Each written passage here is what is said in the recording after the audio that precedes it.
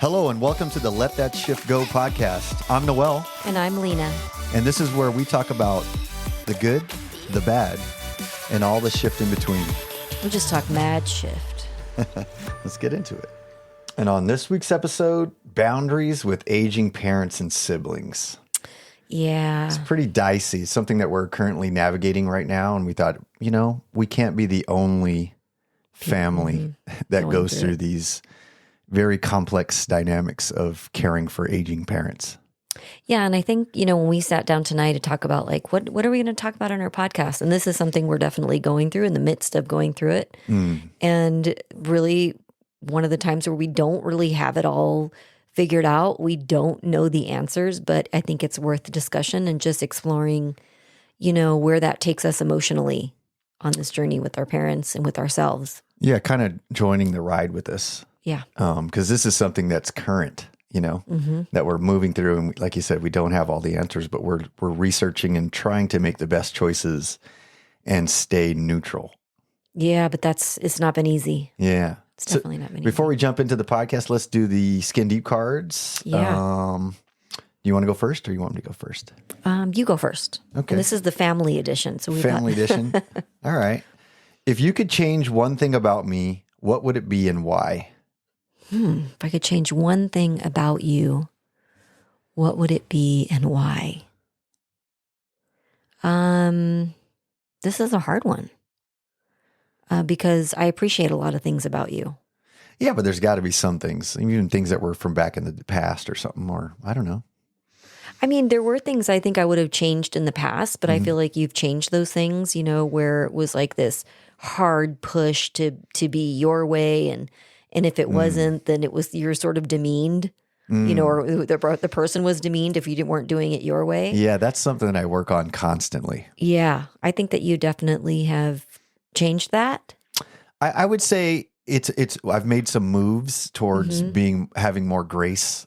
Yeah, working with people and allowing other people to have a different viewpoint when I'm trying to project manage. I think that's where it's most, because that's what I do for a living. So, you know what? It may have felt like I was a project to manage, but not in a big sense, just like in little things. Yeah, like that hike that we went on and it was too dark, and that didn't turn out well. But I think things like that, I would have I wish I would have wanted to change that about you. But I think that you have made big changes there.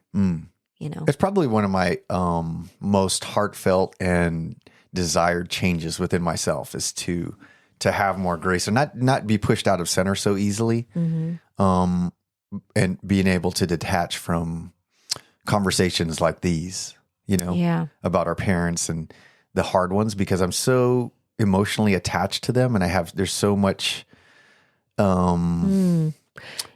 there's so much texture to what is going on with my parents and the relationship that I've had with them, and it does play into how I decide to show up, no matter how I look at it. It has made me the person that I am and makes me make those choices. So being able to stay neutral in it is what I would like to do.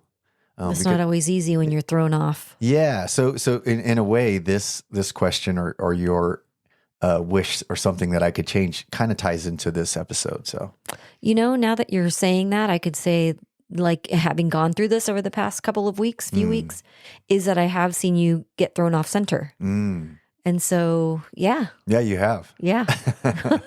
Something to navigate. Yeah. What's your question? My question is, what's the most unique thing about our family? The most unique thing, I would say, this is just my opinion, of course, but I think that it is unusual for one single family. I know we have multiple moms and dads with multiple divorces and marriages, but I think the fact that we have so many alpha males and females in one sibling group is I think that's what makes this whole thing that we're doing now so difficult.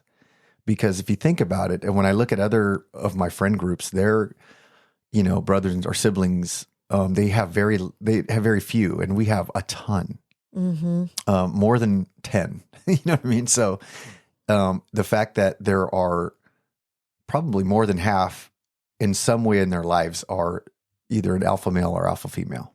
Yeah. I never thought about that. I think that's kind of I think there's so many waves of us. Yeah, I You mean, know, we the have- different generations. Yeah. Yeah. We have different ages of siblings. And so where if we may have been in one family or one sibling family, it would be like, oh, there's 3 of you. And so one of you's this, one of you's that. One of you's the free spirit. One of you's the one in charge, But in us, we had like, okay, well, this was this group. Okay, the next group also has that same, diverse roles in their cohort. When you have 12 kids, it's almost, who is the middle child? Everybody but the bookends. You know what I mean? So I think that's something that's unique about our family. Okay. But let's jump into this topic. Like we said, the holidays are upon us, and we all tend to reflect on family values and what we've done. And right now, we happen to be navigating care for our father. Yeah. And we don't, when I say we, the siblings don't necessarily all align with the same thoughts in terms of what needs to be done or how we do it. Yeah. I think that, in thinking about this as a podcast, what I realized is that there isn't really a lot of really good information out there about how to navigate this part. It's not just about, well, what do we do with dad? That's not really what this podcast is about. Or what do we do with mom? It's all of the nuances that come up when you're in these discussions. And that's what I found in these discussions that we're having. It's not that any of us doesn't care about dad or doesn't want, him to be living in the most safe way possible or the best, have everything that he needs. None of us are on this page where we don't want that. Yeah. But we're all coming from a different perspective on what that is. And maybe even when you have a parent who's communicating different things to different siblings. Yeah, I think that's pretty key. Yeah, and that tends to separate and divide us and give us all completely different perspectives. And also what I've noticed too for myself is this kind of traversing the emotional landscape of the relationship with my dad. Where I thought a lot of things can lay dormant until you are in a situation where now you're feeling all kinds of stuff. You're feeling like, well, what kind of daughter am I? What kind of father is he? And, what is my responsibility? And actually like pulling up a lot of the relationships with the siblings where maybe things have been very calm and good and suddenly there's fire, Yeah, that's one thing that really struck a chord with me is because, lately we've been going through a lot of reconnecting with our siblings that we live all over the country kind of a thing. And so we don't always get to see each other very often or even communicate. But we have been more so, especially lately. And with this, I felt a lot of tension, and it was almost like a threat to that this is all going to come to an end. Yeah. And I was like, wait a minute, we're just coming together with love here and trying to, help in the best way we can our parent. But we're getting to a place where it's almost like we can't talk to each other anymore because we're taking things personally. And I don't know, I got the feeling as if I was being measured in terms of what kind of son I was. Yeah, and I found for myself, I was even measuring myself or imagining that I was being measured, right? Because we don't know that. Like it's never been said. But I think we start to go into our own feelings. Like for me, I started to have, I was looking at myself like, well, am I a good daughter? Because, I don't want to do the same things that, my other siblings do. Or am I a good person? Or how far am I willing to go, whether it's into debt or into emotional debt, of trying to change someone's situation that may or may not follow through. Or want it, yeah. Or want it. And so it was just bringing up a lot of things that I had not really thought of and really being able to, I don't know, there's just like you're constantly traversing so many emotions. You're in compassion, you're in guilt, you're in, all of these different things. And how do you hold all of those emotions all at once and be able to stay neutral? Well, I find it difficult for me specifically because, growing up, I witnessed my stepdad and his siblings fight or have conflict over once their parents passed away. Mm-hmm. And to the point where they don't even talk to anymore. And they passed away not talking to each other. And all the siblings blew up, and because they were, who's going to pay for this and who's going to do this. And I was like, why are they all fighting? Mm-hmm. And I didn't really understand it until now. Yeah. Because like you said, Dad tells each one of us different things. And even though we experienced Dad differently because we all got a different version of Dad. Like Dad was much younger when he parented us, mm-hmm. and a little bit older when he parented the other kids. And so they got a little bit different version, but he still communicates to us individually different ways. Yeah. And our relationship with him dictates how we feel about those things or what we feel he needs. And so when we come together on a group forum, like we did on a group call, it was actually, it was disturbing to see how different we all thought about the same story. It was like passing, you tell the story, and by the time you get to the end of the room, it's totally different. Mm-hmm. It kind of felt like that. Each one of us hadn't really talked to each other yet, but Dad had been the only person telling each one of us different things. And then it was like, what? What did you hear? I heard this. And no, I didn't hear that. And we started to argue amongst each other. Or at least I did. I started to feel a lot of tension about that the way that I showed up over my life helping Dad wasn't enough or wasn't good enough or wasn't even recognized. And now at this time, it was almost like I've never helped before. And it was like, I'm not really understanding this experience. You're talking to me as if I'm not willing to help Dad. But this current circumstance, it was a totally different scenario that I just didn't know how to approach because somebody else was taking the initiative. It wasn't me this time. Yeah. And when somebody else takes the initiative, we talked about earlier, like I have a hard time letting go of control and project management. Mm-hmm. And so I came from the guides of, it was almost like if I was at work and I was asked to come into and repair something that somebody had already messed up and I had to come and fix it. Oh, yeah. And I was like, this is what I felt. And that's my pet peeve. I'd rather if you hired somebody else to do it, just let them finish it, But if I have to come in, I'd rather just hire me first because I'm going to do it right. And that's kind of the way, I know it's not necessarily the right mindset and it's a little bit too focused on that. But for me, that is what I was feeling in that moment. So it made it very difficult to navigate because I couldn't pull away from that. I couldn't detach from the conversation in terms of emotionally. You know what that it brings up too is like responsibility. And that's what I was looking at was like, what's compassion versus responsibility? And I think that we all have compassion for where our parents are at, especially if, your parents are in the later part of their lives and you're really having to look at these issues. It's something we haven't really dealt with before, and there's a certain amount of like, what do you feel you're responsible for? And what, does that mean that if you're not taking full responsibility for them or for their decisions, then are you discompassionate? And that's one thing I had to struggle with was like, if me not wanting to step in and take over his life in ways that he had not asked me to do, does that mean that I'm not a good daughter? Does that mean that I don't have compassion for my dad? And I had to really step back and look at how am I contributing to this discord between siblings in a way that is like I was making it about me. Yeah. And really going, whoa. One, I'm a parent. I'm 52. I have grown children.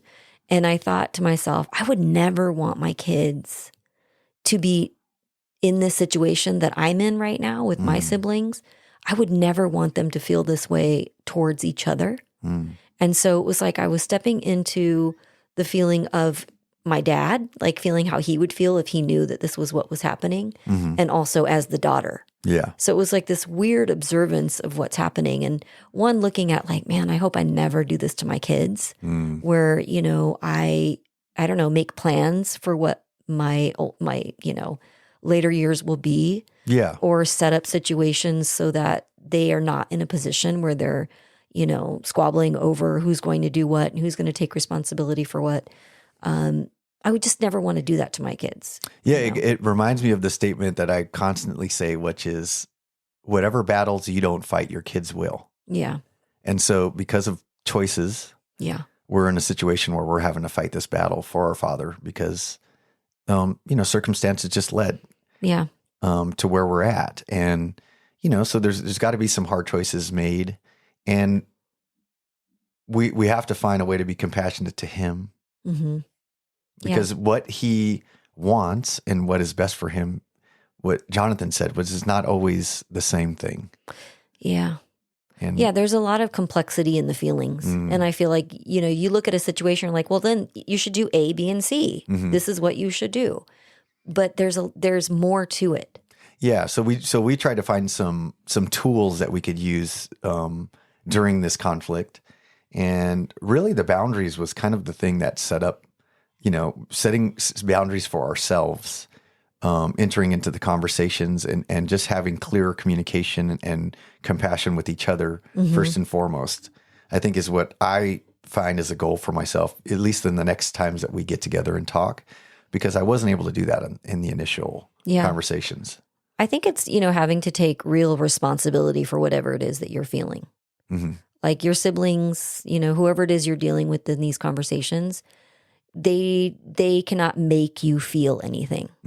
If you're feeling something, then that's 100% your responsibility to deal with. And I know for me, it was like taking a step back and going, what is it that I'm feeling? I'm feeling frustrated. I'm feeling resentful. I'm feeling guilty all at once.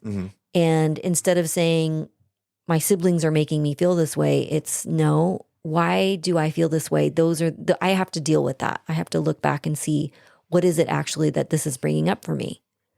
And I think something that a lot of us will navigate when we are having to take responsibility for caring for our aging parents, not everybody's childhood was, rainbows and unicorns.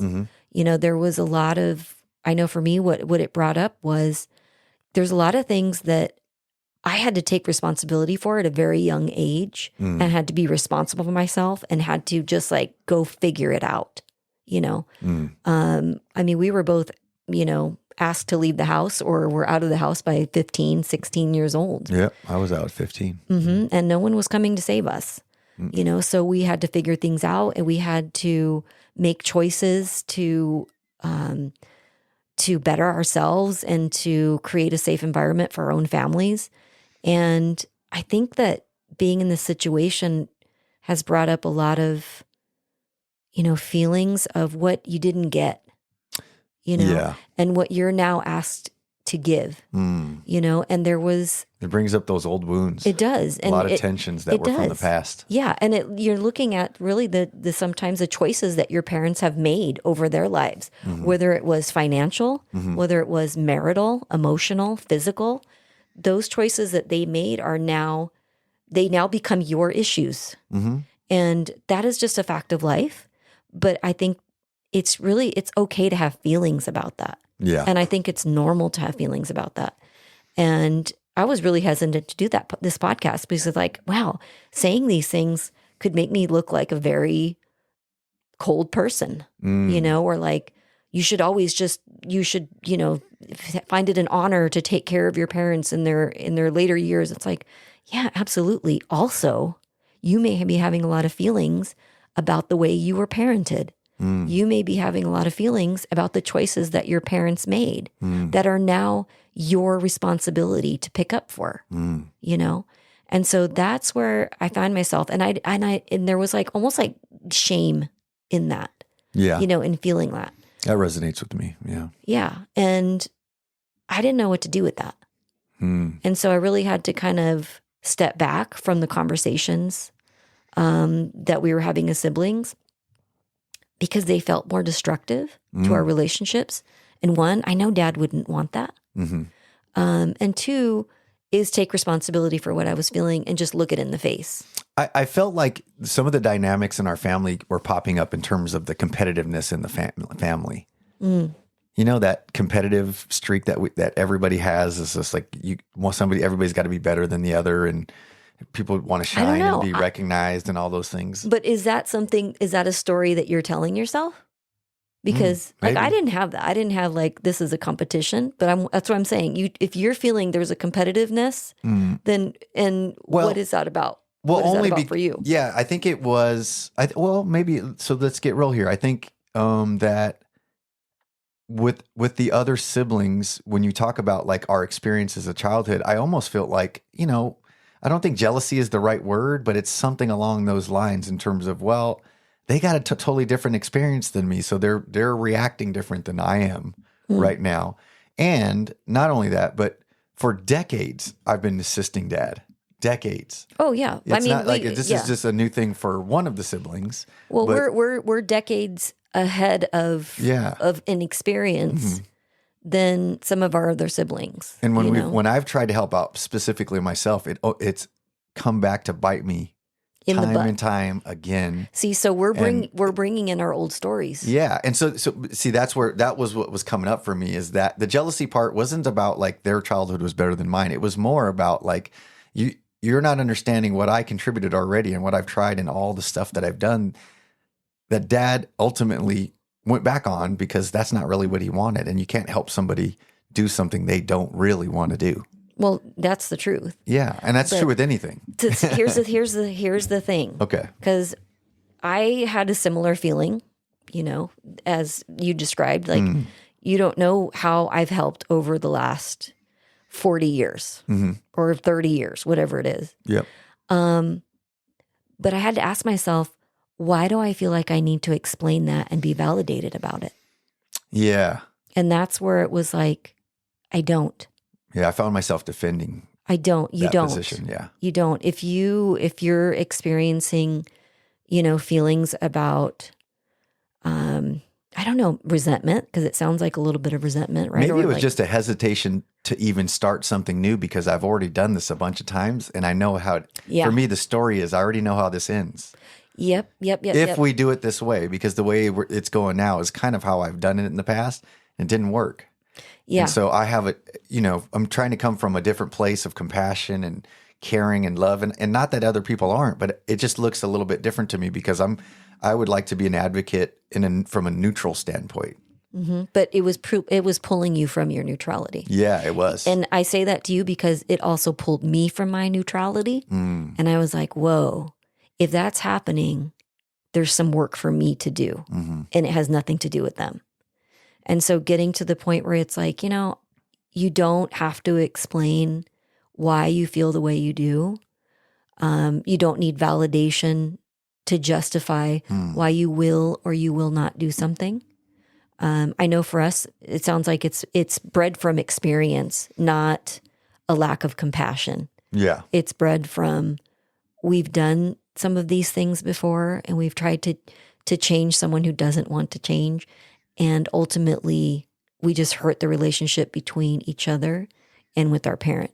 And so really that feeling comes from experience, not even something that's happening currently. Yeah, I think it's almost can be explained as like burnout, because I felt like I've been trying to help for so long, not just dad, but everybody in the family kind of a thing. And so I've almost, and I'm also working on everybody's got their own things in their immediate family. Not to even think about what this part is, dealing with siblings and your aging parents. So then you throw that into the mix, and it makes it pretty difficult. Yeah. But again, that's something that we have to take individual responsibility for. Yeah. We have to be accountable for ourselves. Yeah. And not needing it to be justified or validated by everyone else so that you can feel like you're a good person. I don't know. That was a really difficult one for me, was to realize that I was having, this internal resentment about being responsible for someone's decisions, that decisions I would never have made, or I would hope that I would never have made, or decisions that I had, begged them not to make at one point. And now suddenly they become my responsibility. And I was having a lot of issue with that, and it's not from a lack of love or compassion. It just is. It's just, I think it was a natural response. So we have to find ways to communicate that when we're feeling, but in a positive way, So how could we reframe something of like, I'm willing to help on weekends, but on a daily task, I'm just not available. it's not something that I can commit to right now, but on the weekends I commit. Like something like that, instead of like completely shutting down, just being honest with what you can contribute, just more open and honest communication.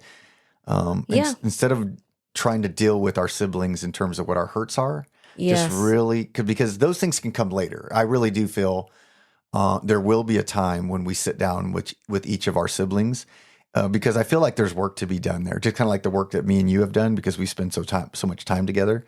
I think this between you and I has been more in alignment, just because we spend so much time together and we understand where each other's coming from. Yeah. But in the moment of making decisions, that's not the time. No. And so that all was all trying to be figured out at the same time, is what I realized. Is there's things that I want to say and explain to other siblings that aren't necessarily about this situation, but there's unfinished business between siblings that's still getting in the way of making clear decisions here. Yeah. And I feel like this, when you're dealing with a situation with your aging parents and you have unresolved issues with your siblings, this is when it'll come up. Yeah. And this is the time also where you go, okay, expect that those things are going to come into play when you're having discussions, but maybe be able to, take a little bit of advice and just one for yourself or this is what I've had to do, is just recognize for myself, what am I able to do and to contribute that is not going to, one, put me into debt that I cannot handle. Or emotionally deplete you. Or emotionally deplete me, which is also costing my family. Well, if you're emotionally depleted, you can't help anybody else. You're not in a position to. So it's really doing your work on an individual basis to figure out what it is that you can offer. And to be fair, but to say, this is what I can do. And you know what? It doesn't need a lot of over-explaining, because I feel like when we're trying to over-explain it, we're trying to justify it. And that's when you're going to get into muddy waters. Yeah, exactly. So, I think that's, and then also is like not, just putting people in the roles that they've been in the family, and just saying, oh, well, you're the one that's always in charge, so you should do this. Or she's the free spirit, so she's not going to be available, or he's not going to be available. It's like not putting people into these character roles that we've had in the family in the past. Avoid doing that. Yeah, and have clear communication, asking each other in which ways they feel comfortable contributing. That doesn't, deplete their families or their work-life balance and all those things. Just having clear communication with what they're comfortable giving or how they're comfortable showing up. Yeah. And I think the trick for myself, as I was listening to you say that, part of the reasons why I was hesitant to say things like, if I'm depleted, I can't provide care for my parents that they truly need. That would be a good thing to say right in that moment. But I think my own guilt is something that the work that needs to be done is my own guilt behind saying, I can't show up in this way because it feels like a codependency kind of a thing that I'm repeating, because it's going to deplete me, or it's gonna be helping at my own detriment. I'm willing to help, but not at my own detriment, because if it starts to affect me, I have to really step back a little bit and look at the situation and reassess what steps need to be taken. Yeah, I think I understand that, and I think for me personally, it came down to recognizing what feelings were coming up in these discussions, taking responsibility for what I was feeling, not putting that on someone else, that it's their fault that I feel this way. And then just reassessing what I can give and do, or how I can participate in a way that feels like it's going to be useful and productive, and not necessarily going to just completely pull me out of balance. So those are hard things to navigate, but I think it's going to take a lot of awareness around what you're feeling. Cause I even found myself getting pulled into this like whirlpool, of like emotions and really coming off center and really losing like any sense of, I don't know, having conversations that I felt proud of. Yeah. And it's like, whoa. Like as soon as I recognize that, I could have probably recognized it sooner, but as soon as I was able to kind of pull back and go, this is what's happening, this isn't productive. I wouldn't want this for my kids if I were a parent. Yeah. And I don't want this for myself with my siblings. So how do I find that neutral place again and say, this is what I can do. This is what I cannot do, and be able to just stay with that, And so this is a hard one. And I think it's one we're all going to face.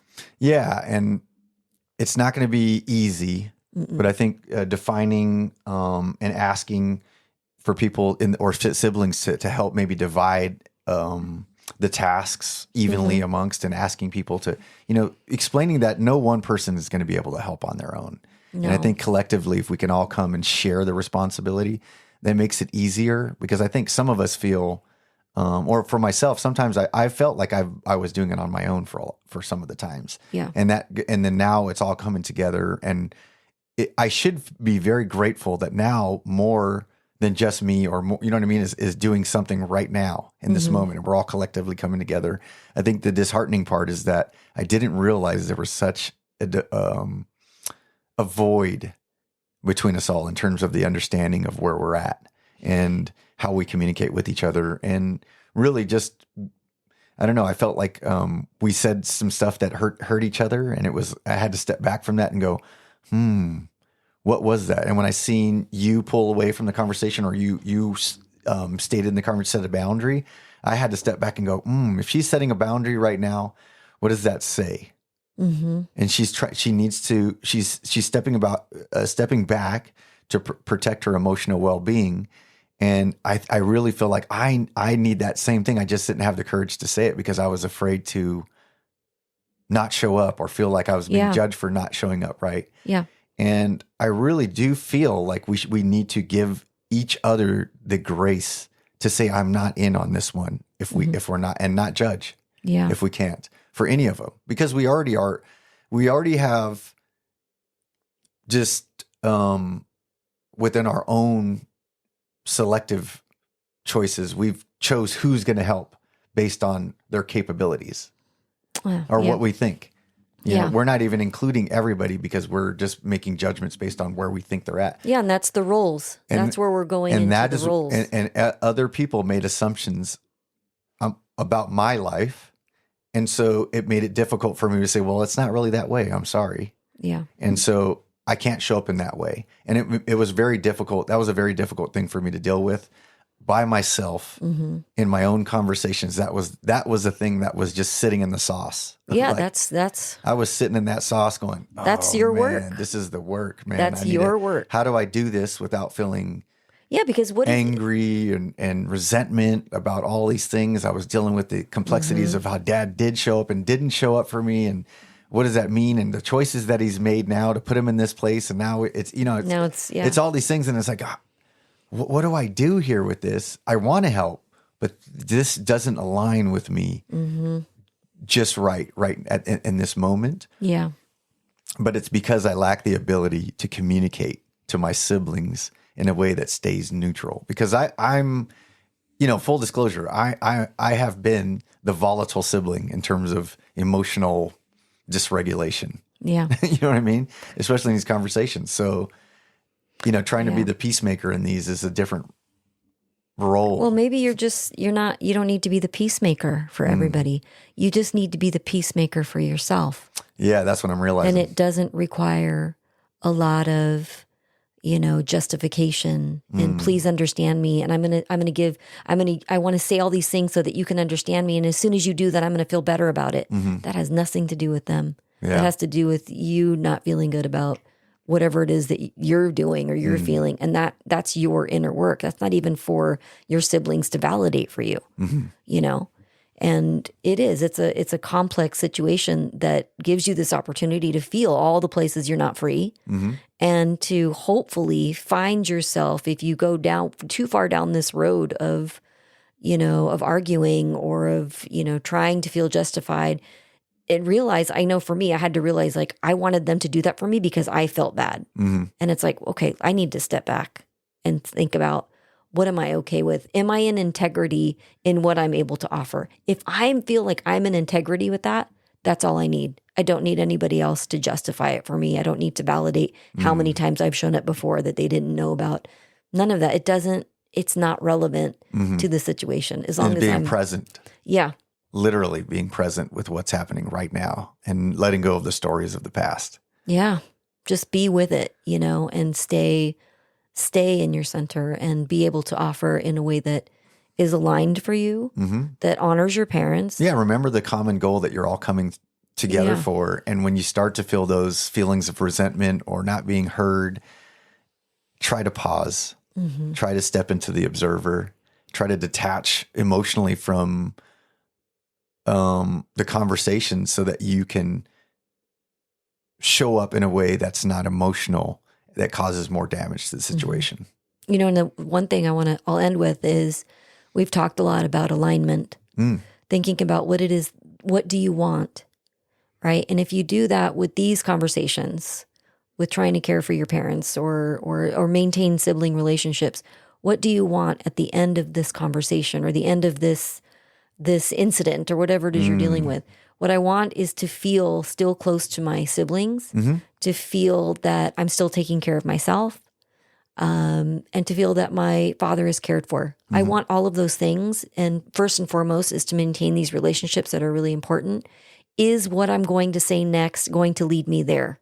Yeah. And if it's not, then that's not the conversation to have, or that's not the statement to make.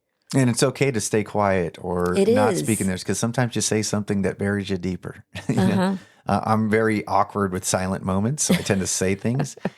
And sometimes you just need to have one mouth and two ears. Yep. Listen twice as much as you talk. And have some compassion for your siblings, because they're ultimately, remember, you're trying to help the same person. Yeah. And you can be right and alone. Yeah, you can be right and alone. All right.